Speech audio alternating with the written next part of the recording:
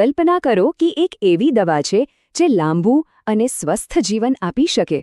તો આજે આપણે કોઈ ગોળીની વાત નથી કરવાના, પણ વાત કરશું પ્રતિકાર તાલીમની. એક એવી શક્તિશાળી કસરત જે આપણા સ્વાસ્થ્યને જડમૂળથી બદલી શકે છે. ચાલો સમજીએ કે આ ફક્ત બોડી બિલ્ડિંગ કરતાં ઘણું બધું વધારે કેમ છે. જો આ જે વાક્ય છે ને, એ જ આપણી આજની ચર્ચાનો મુખ્ય આધાર છે. આપણે પ્રતિકાર તાલીમને માત્ર એક કસરત તરીકે નહીં, પણ એક જરૂરી દવા તરીકે જોવાની છે. અને આ એવી દવા છે જે ફક્ત સ્નાયુ નથી બનાવતી, પણ શરીરની આખી આંતરિક મશીનરી એટલે કે આપણું મેટાબોલિઝમ એને પણ સુધારે છે, જે આપણને લાંબા સમય સુધી ઉર્જાવાન રાખે છે. તો સવાલ એ થાય છે કે ભાઈ, આ દવા આટલી બધી જરૂરી શા માટે છે? એવું તો શું કરે છે આપણા શરીરમાં? ચાલો એના સૌથી મોટા ફાયદાઓ પર એક નજર કરીએ અને સમજીએ કે આ કેમ આટલી મહત્વની છે. આ 4 ફાયદાઓ જીવનની ગુણવત્તા સુધારવાની ચાવી જેવા છે. જુઓ, સ્નાયુઓની તાકાત વધે એટલે રોજિંદા કામકાજમાં સરળતા રહે. ચયાપચય સુધરે એટલે ડાયાબિટીસ જેવી બીમારીઓનું જોખમ ઘટે. હાડકાં મજબૂત બને એટલે મોટી ઉંમરે પણ શરીર ટટ્ટાર રહે. અને સૌથી અગત્યનું, એ સાર્કોપેનિયાને રોકે છે, એટલે કે ઉંમર સાથે જે સ્નાયુઓ ઘટે છે ને, એ પ્રક્રિયાને ધીમી પાડે છે, જે આપણને આત્મનિર્ભર રાખે છે. ફાયદા તો આપણે સમજી લીધા, પણ આ દવા લેવાની સાચી રીત કઈ? કારણ કે કોઈપણ દવાની જેમ તેનો ડોઝ અને પદ્ધતિ બહુ મહત્વની છે, ખરો ને? તો ચાલો પ્રતિકાર તાલીમના એ મૂળભૂત સિદ્ધાંતોને સમજીએ, જે આપણને સારામાં સારા પરિણામો અપાવશે. પહેલો અને સૌથી મુખ્ય નિયમ છે નિયમિતતા.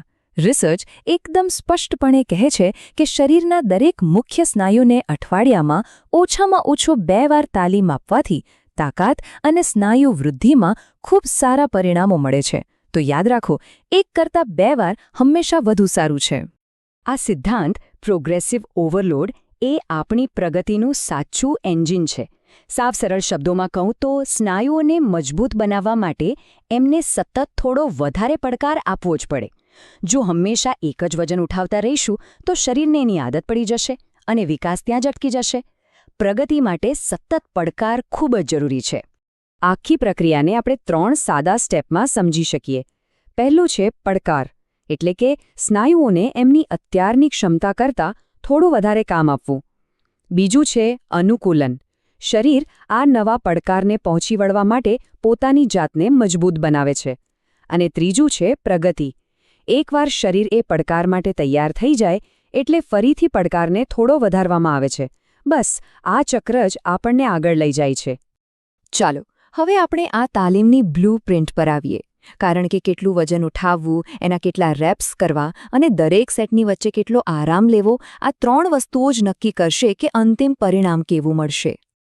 આ ટેબલ આપણને ધ્યેય પ્રમાણેનો રસ્તો બતાવે છે.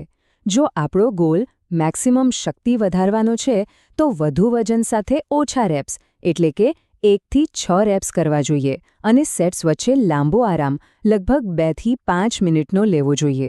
પણ જો ગોલ સ્નાયુઓનું કદ વધારવાનો છે, જેને આપણે હાઇપરટ્રોફી કહીએ છીએ, તો મધ્યમ વજન સાથે વધુ રેપ્સ કરવા અને સેટ્સ વચ્ચે ઓછો આરામ લેવો વધુ ફાયદાકારક છે. હવે એક એવો સવાલ જે લગભગ બધાના મનમાં આવે છે: શું સ્નાયુ બનાવવા માટે દરેક સેટમાં નિષ્ફળતા સુધી જવું જરૂરી છે? મતલબ કે જ્યાં સુધી એક પણ રેપ ન થઈ શકે ત્યાં સુધી કસરત કરવી જ પડે?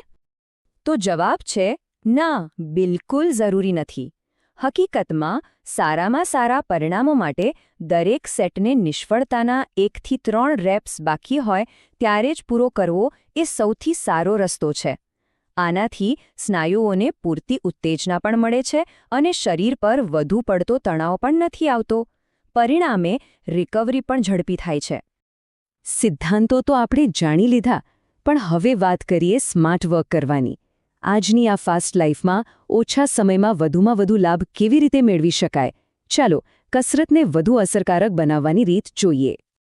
આનો સીધો જવાબ છે મલ્ટી જોઇન્ટ કસરતો. આ એવી કસરતો છે જેમ કે સ્ક્વોટ્સ, ડેડલિફ્ટ કે પ્રેસ, જે એક જ સમયે શરીરના અનેક સાંધા અને સ્નાયુઓ પર કામ કરે છે.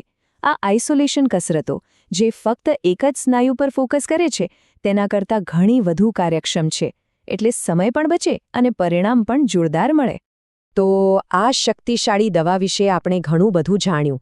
હવે આ બધી માહિતીનો સાર શું છે? ચાલો આ ચર્ચાને એક અંતિમ અને સૌથી મહત્વપૂર્ણ સંદેશ સાથે પૂરી કરીએ. ફરીથી આપણે એ જ મુખ્ય વાત પર પાછા આવીએ. પ્રતિકાર તાલીમ એ માત્ર કોઈ શોખ કે ટ્રેન્ડ નથી. એ શરીર માટે એક શક્તિશાળી દવા છે. એ તમારા ભવિષ્ય માટેનું એક જરૂરી રોકાણ છે, જે લાંબા ગાળે સ્વસ્થ અને કાર્યશીલ જીવન જીવવામાં મદદ કરશે. અને અંતે આ પ્રશ્ન આપણે સૌએ પોતાની જાતને પૂછવાનો છે. આપણે જાણીએ છીએ કે આ દવા કેટલી ફાયદાકારક છે. સવાલ એ નથી કે તે લેવી જોઈએ કે નહીં. સવાલ એ છે કે પોતાના સ્વસ્થ ભવિષ્ય માટે આ દવાનો કોર્સ ક્યારથી શરૂ કરવાનો વિચાર છે.